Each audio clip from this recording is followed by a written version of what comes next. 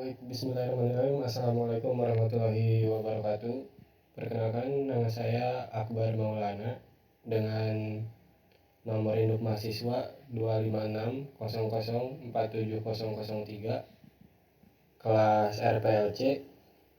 Di sini saya akan menjelaskan untuk presentasi mengenai tugas mata kuliah pemilihan bahan dan proses.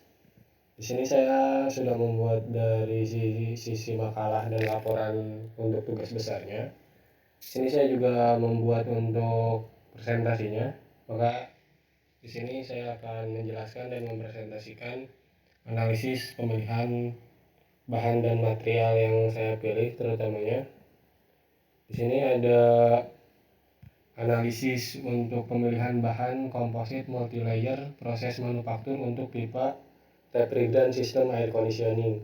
Jadi di sini saya akan menjelaskan tentang bagaimana sih dari pemilihan bahan untuk pipa refrigeran atau pipa AC yang biasanya menggunakan tunggal atau menggunakan satu bahan saja, tapi di sini saya menganalisis untuk adanya dari beberapa bahan sehingga untuk pipa tersebut menjadi ada layer, jadi multi layer, sehingga tidak murni dari cover tube atau pipa tembaga tersebut.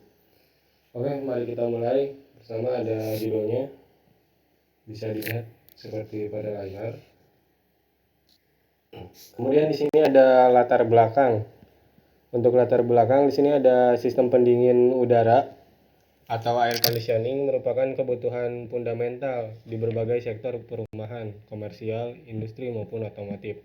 Khususnya di negara seperti di Indonesia ini dengan rata-rata suhu pada siang hari yaitu 27 sampai 34 derajat Celcius gitu.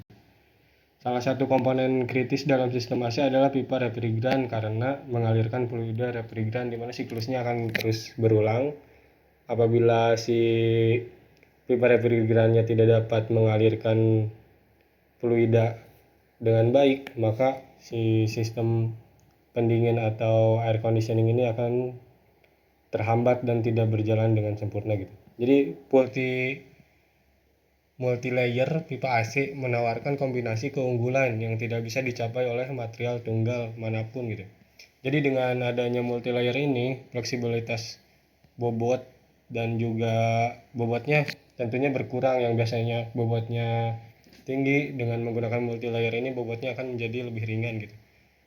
Di sini karena dengan pencampuran polimer, impermeabilitas gas, ketahanan tekanan, dan lapisan aluminium gitu. Serta ketahanan kimia pelindung luar, semuanya dalam satu produk yang menyatu, yang dimana bakal menjadi lebih kokoh, lebih fleksibel, lebih bisa diandalkan untuk berbagai cuaca ekstrim untuk di Indonesia ini gitu. Di sini untuk makalah ini mengkaji secara sistematis pemilihan material, setiap lapisan dan proses manufaktur pipa multilayer menggunakan metode indeks material ASBI 2010 gitu. Jadi di sini saya menggunakan perhitungan atau seleksi dari perankingan material yang ada menggunakan metode ASBI gitu. Oke, selanjutnya di sini ada rumusan masalah. Di sini ada persyaratan dari makalah yang saya buat, ada beberapa poin di sini. Yang pertama ada fungsi setiap lapisan pada pipa multilayer, interaksi lapisan mempengaruhi kinerja keseluruhan. Kedua ada material apa yang optimal untuk masing-masing lapisan. Di sini ada beberapa bagian, ada inner liner, barrier layer, outer jacket berdasarkan analisis indeks material ASBI. Kemudian yang ketiga ada proses manufaktur yang mampu memproduksi pipa multilayer dengan ikatan antar lapisan gitu. Jadi bagaimana supaya si produksi pipa multilayer ini dapat saling terikat, tidak saling lepas gitu. Jadi untuk kekuatan dari setiap bahan dan setiap untuk menjadikan satu equipment ini diperhatikan gitu untuk proses manufakturnya. Terus gimana perbandingan performa dengan biaya dan juga instalasi yang menggunakan dari sistem bahan tunggal dengan yang multilayer sekarang itu. Sini ada tujuannya mengidentifikasi persyaratan fungsi dan constraint desain setiap lapisan pipa AC multilayer. Kedua, ada menerapkan metode seleksi material ASBI untuk memilih material optimal tiap lapisan.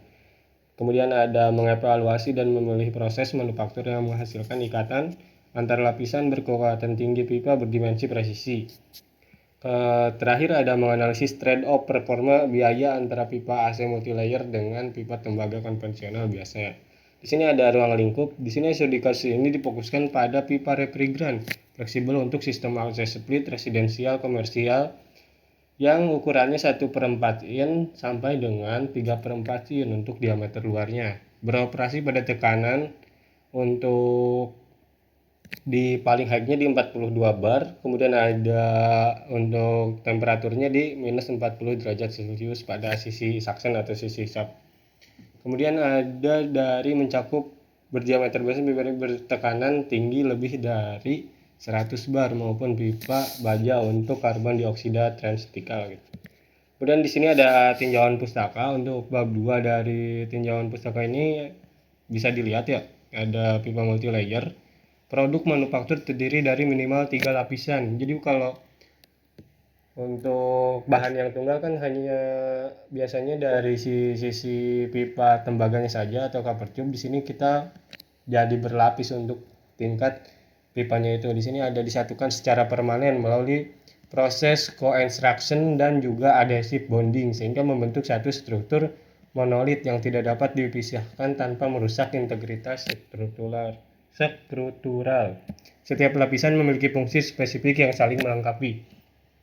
Seperti di sini ada beberapa poin ya. Yang pertama ada inner liner atau lapisan dalam, terdiri untuk posisinya yaitu paling dalam gitu, paling kalau ada lingkaran jadi dia di paling dalamnya gitu. Kemudian ada mengalirkan refrigeran, tahan kimia terhadap refrigeran dan pelumas. Kontribusi kinerjanya yaitu ketahanan untuk bahan kimia, di mana untuk sisi refrigeran atau freon AC itu sangat pekat atau sangat tinggi untuk zat kimianya, maka dibutuhkan untuk inner linernya yang sangat baik gitu. Kemudian ada adhesive layer 1. Di sini ada merekatkan inner liner ke barrier layer gitu.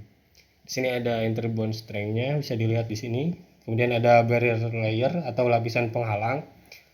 Barrier layer ini seperti lapisan tengah yang menahankan tekanan operasi, mencegah peremesian gas refrigeran keluar. Jadi untuk mencegah dari sisi kebocoran dari sistem AC atau jadi kan untuk refrigeran ini bertekanan tinggi, untuk ada yang tekanan rendah gitu. Jadi si barrier layer ini menjaga supaya tidak terjadi kebocoran. Sini ada outer jacket, lapisan luar, proteksi mekanis UV kelembapan. Di sini karena ini kan ada yang diisolasi ataupun enggak untuk sisi discharge-nya, maka sisi pipa multilayer paling luar ini harus menggunakan struktur atau yang bisa menahan cuaca ekstrem di Indonesia gitu. Kemudian ada persyaratan teknis pemilihan pipa multilayer. Di sini dari beberapa poin saya mengambil atau persyaratan teknis ini. Yang pertama ada burst pressure, tekanan pecah, di mana bagaimana di berapa sih untuk nilai target tekanan kerja dari sisi multilayer pipa ini dapat bekerja gitu tanpa merusak dari komponen untuk menghambat siklus refrigerasi itu tersebut. Sini ada standarnya juga bisa dilihat ISO 1167. Kemudian ada kekuatan tarik atau inner liner. Kemudian ada impermeability gas refrigeran, laju permean. Di sini ada interlayer per strength, ketahanan suhu tinggi, ketahanan tekanan. Kemudian ada ketahanan UV untuk water jackingnya. Kemudian ada fleksibilitas, bending radius. Di sini kan untuk pipa-pipa kecil biasanya refrigeran harus dibelokkan atau dibending secara manual. Nah, di sini kita harus memperhatikan dari sisi fleksibilitas dari si pipa tersebut. Kemudian ada bobot atau dari massa. Kemudian ada konduktivitas termalnya, apakah mampu sama atau kurang atau lebih dari sisi hanya mono atau tunggal dari refrigeran saja dari pipa tembaga gitu. Kemudian ada umur pakainya. Di sini minimal 15 tahun menargetkan untuk umur pakai. Kemudian di sini ada metodologi untuk kerangka bagaimana saya bisa menyimpulkan untuk bahan atau material yang diambil pada makalah laporan tugas besar ini diambil gitu. Di sini ada beberapa tahap ya. Yang pertama ada, mungkin bisa dilihat di layar, kerangka pemilihan material multi-layer. Material ini lebih kompleks dibanding material tunggal karena harus mempertimbangkan kapabilitas antar lapisan termasuk kecocokan ekspansi thermal. Di sini ada tahap 1, dekomposisi fungsi per lapisan. Di sini harus memperhatikan dari setiap lapisannya akan menjadi subfungsi per lapisan. Dianalisis secara independen sebelum diimplementasikan bersama sistem terintegrasi. Kedua, ada screening mandiri per lapisan. Ini ada buat constraint ya, inner liner ini terhadap barrier layernya berapa sih ininya, gimana perankingannya. Terus ketiga ada ranking dengan indeks ASBI per lapisan. Jadi saya menggunakan metode ASBI untuk material indeks perankingannya. Di sini ada uji kompatibilitas antara lapisan juga. Di sini ada seleksi proses manufaktur co-extraction. Selanjutnya di sini ada kandidat material per lapisan. Jadi sebelum menyimpulkan yang paling baik, saya membuat beberapa opsi atau mengumpulkan beberapa material mana untuk lapisan terbaik. Di sini ada paling dalam ya inner liner. Maaf. Bisa dilihat untuk rata-rata dari harga relatif, kekasaran permukaan, temperatur minimal dan temperatur maksimal. Di sini ada polyamide 12, kemudian PPDF, polypyrene F. Dan di sini saya paling tinggi untuk memilih yaitu material PPDF, di mana dapat menahan temperatur minus 40 derajat, temperatur maksimalnya di lebih dari 140 derajat, kekasarannya 0, nanomilimeter. Kemudian ada harga relatif. Harga relatifnya lumayan tinggi dibanding dengan kandidat yang lainnya. Kemudian ada material perlapisan untuk barrier layer. Di sini barrier layer itu supaya ketahanan dari si multi layer tersebut ada aluminium AA1050, di sini ada aluminium A3003H14, FiOH, kemudian stainless steel, PPDP. Di sini yang paling baik dan menurut saya paling bisa dijadikan untuk satu dari pipa multilayer ini aluminium A3003H14 strand 100. Di sini untuk permeabilitas gasnya sangat rendah. Jadi untuk si material ini bocor atau nantinya pipa multilayer saat digunakan mengalami kebocoran ini akan sangat minim dan sangat rendah gitu, karena di sini sangat baik untuk dari penahanan densitas dan lain sebagainya gitu. Di sini ada ini stainless steel dan lain sebagainya, itu sangat tinggi gitu untuk ininya. Kemudian di sini ada material outer jacket atau lapisan paling luar ya. Di sini ada beberapa kandidat juga. Di sini saya menggunakan PA12 yang dimana temperatur menyesuaikan sama tadi minus 40, 105 baik, lambdanya 0,23, fleksibilitas sangat baik atau harga relatifnya di sedang. Nah, di sini untuk hasil dan pembahasan dari kandidat-kandidat beberapa sebelumnya yang telah saya jelaskan, di sini saya mengambil hasil dan keputusannya pada bagian ini. Di sini ada inner liner hasil seleksi gitu. Di sini ada material PA12, PPDF dan PA11. Di sini saya memilih PPDF gitu. Di mana untuk ketahanan dari masing-masing untuk siklus dari R32 atau freon fluida yang digunakan, kemudian ada temperatur range, kekasaran, biaya dan ketersediaan yang ada materialnya di kita gitu. Di sini ada paling banyak untuk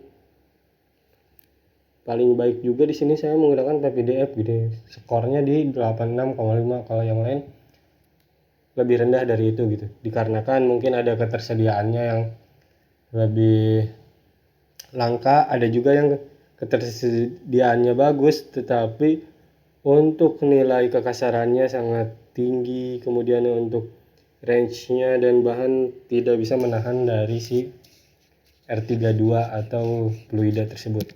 Di sini ada barrier layer hasil seleksi, di sini ada materialnya. Di sini saya memilih nilainya yaitu yang A1 AA3003H14. Seperti yang dijelaskan sebelumnya, itu sangat baik untuk dijadikan pipa multilayer ini. Dapat dilihat untuk nilainya yaitu 93 dibanding dengan hasil yang lain. Sini ada outer jacket atau lapisan paling luar ya, berdasarkan seleksi. Sini ada PE HD, ada TPU, ada PA12. Di sini yang paling bagus dan paling baik mungkin ada PA12 juga bagus, tapi yang skornya lebih tinggi di sini ada TPU, sehingga saya menggunakan TPU yaitu termoplastik poliuretan dengan skor 84,5 gitu. Di sini ada konfigurasi pinang pipa AC multilayer. Di sini ada posisinya, yang pertama satu dalam, kemudian ada dua untuk adhesif, ketiga ada barrier, ketiga empat ada adhesif 2, kelima ada outer jacket. Ini bisa dilihat untuk konfigurasinya ya. Untuk tebalnya di 0,5 mm, kemudian ada fungsi utama di sini untuk bisa menggabungkan beberapa bahan menjadi produk atau komponen equipment yang sangat berguna dan tentunya untuk supaya lebih murah juga gitu. Di sini ada pemilihan proses manufaktur ya. Pertama ada extrusion untuk inner line PPDF, single screw untuk digunakannya. Menurut saya ini analisis dan juga berdasarkan studi literatur dari berbagai bacaan yang saya baca. Jadi untuk dari yang pertama ada extrusion inner liner PPDF. Di sini menggunakan mesin screw khusus PDF, zona suhu 200 sampai 240 derajat. Di sini ada suhu barel output, kemudian rekomendasi. Di sini kedua ada aplikasi adhesif yang lapisan 2, kemudian ada multi barrier layer barrier, kemudian ada outer jacket. Dan terakhir setelah kelima proses ini digabung, yang paling terakhir ada quality control. Di sini ada ultrasonic wall thickness gauge untuk melihat dari berapa sih, apakah merekat sempurna atau ada celah dan pipa yang mungkin ada rongga dan segalanya, sehingga jadi permasalahan ketika pipa tersebut sudah dipakai pada sistem refrigerasi gitu. Kemudian ada perbandingan pipa multilayer dengan pipa tembaga konvensional biasa atau mono. Di sini ada parameternya. Yang pertama ada material, densitas, bobot per meter, harga material, kemudian ada pressure, kemudian impermeabilitas, korosi atmosfer, kemudian instalasi, fleksibilitas, routing, daur ulang, umur pakai, dan efek ke lingkungan gitu. Yang pertama ada pipa tembaga ya, seperti bahan tunggal atau mono. Di sini densitasnya 8,96. Kemudian ada untuk multilayer hanya 2,3 efektif campuran. Multilayer di sini dapat mendapatkan nilai untuk minus 74% dibanding pipa mono tembaga biasanya. Kemudian ada bobotnya yang biasanya 0,5 sekarang jadi lebih ringan untuk 0,12 kg per meter, sehingga turun untuk 73% lebih ringan. Kemudian ada harga material. Harga material di mana tembaga tersebut sangat mahal, di sini dengan multilayer bisa mendongkrak harga pasar. Di sini yang biasanya mungkin 85.000 atau 120.000 bisa menjadi 55.000 sampai 95.000 gitu untuk multilayer. Jadi bisa menghemat juga. Kemudian di sini untuk burst pressure-nya memang masih dominan yang mono ya untuk tembaga murni, karena untuk tembaga lebih dari 250. Di sini untuk multilayer hanya lebih dari 170 gitu. Kemudian ada impermeabilitas gas sangat baik setara. Korosi atmosfer juga multilayer. Kemudahan instalasi multilayer lebih baik juga, tidak perlu brazing atau pengelasan, jadi sangat mudah. Fleksibilitas routing, daur ulang, kemudian umur pakai tembaga ramah lingkungan, lebih lingkungan, lebih baik dari multi layer gitu, karena tembaga kan lebih ini ya, intensif, sehingga untuk lingkungannya sangat kurang direkomendasikan gitu. Multi layer bisa didaur ulang. Kemudian ada kesimpulan dari hasil makalah yang telah dikaji atau telah dibuat. Yang pertama ada pipa AC multi layer secara konseptual dari 5 lapisan fungsional yang telah dijelaskan. Ada di mana setiap lapisan memiliki fungsi spesifik yang tidak dapat digabungkan dalam satu material tunggal. Jadi kalau untuk pipa tembaga biasa tidak bisa, kalau untuk di pipa sekarang gitu. Kedua, ada material terpilih untuk setiap lapisan adalah terluas dengan kekasaran permukaan. Kemudian ada aluminium, kekuatan spesifik tertinggi. Kemudian ada impermeabilitas gas superior dan biaya rendah tentunya. Outer jacket ada di TPU yang pemenangnya. Kemudian ada ketahanan UV juga, konduktivitas thermal rendah. Ketiga ada lapisan adhesif untuk terbukti sebagai terbaik untuk menjembatani ada alta CTI sebesar antara lapisan polimer aluminium. Kedua ada proses manufaktur. Proses manufaktur ini produksi terpadu PPDF, extraction, co-extraction, adhesive, foil roll, banding dengan laser butt weld. Oke, kemudian ada nomor 5. Di sini dibandingkan pipa tembaga konvensional, pipa AC multi layer PPDF unggul dalam bobot. Bobotnya lebih ringan dibanding pipa tembaga biasa. Kemudian yang terakhir ada konsep multi layer adalah implementasi nyata dari prinsip material selection ASBI gitu. Ketika ada material tunggal yang memenuhi semua requirement secara bersamaan, solusinya adalah merancang material multi komponen di mana setiap material berkontribusi pada fungsi yang menjadi keunggulannya masing-masing gitu. Saran dari makalah yang ini mungkin ada beberapa poin. Yang pertama ada perlu pengujian thermal cycling. Kemudian ada alternatif material inner line untuk PA12 layak dipertimbangkan sebagai opsi cost efektif untuk sistem AC, karena untuk PA12 tadi lebih baik juga gitu tadi untuk dari sisi ininya. Kemudian penelitian lebih lanjut perlu mengkaji kompatibilitas pipa multi layer PPDF, AI atau TPU dengan refrigeran R290 propana yang mulai digunakan AC inverter efisiensi tinggi generasi, mengingatkan Flamewaves R290 sangat berbeda. Jadi untuk safety-nya lebih di ini karena mudah terbakar ya.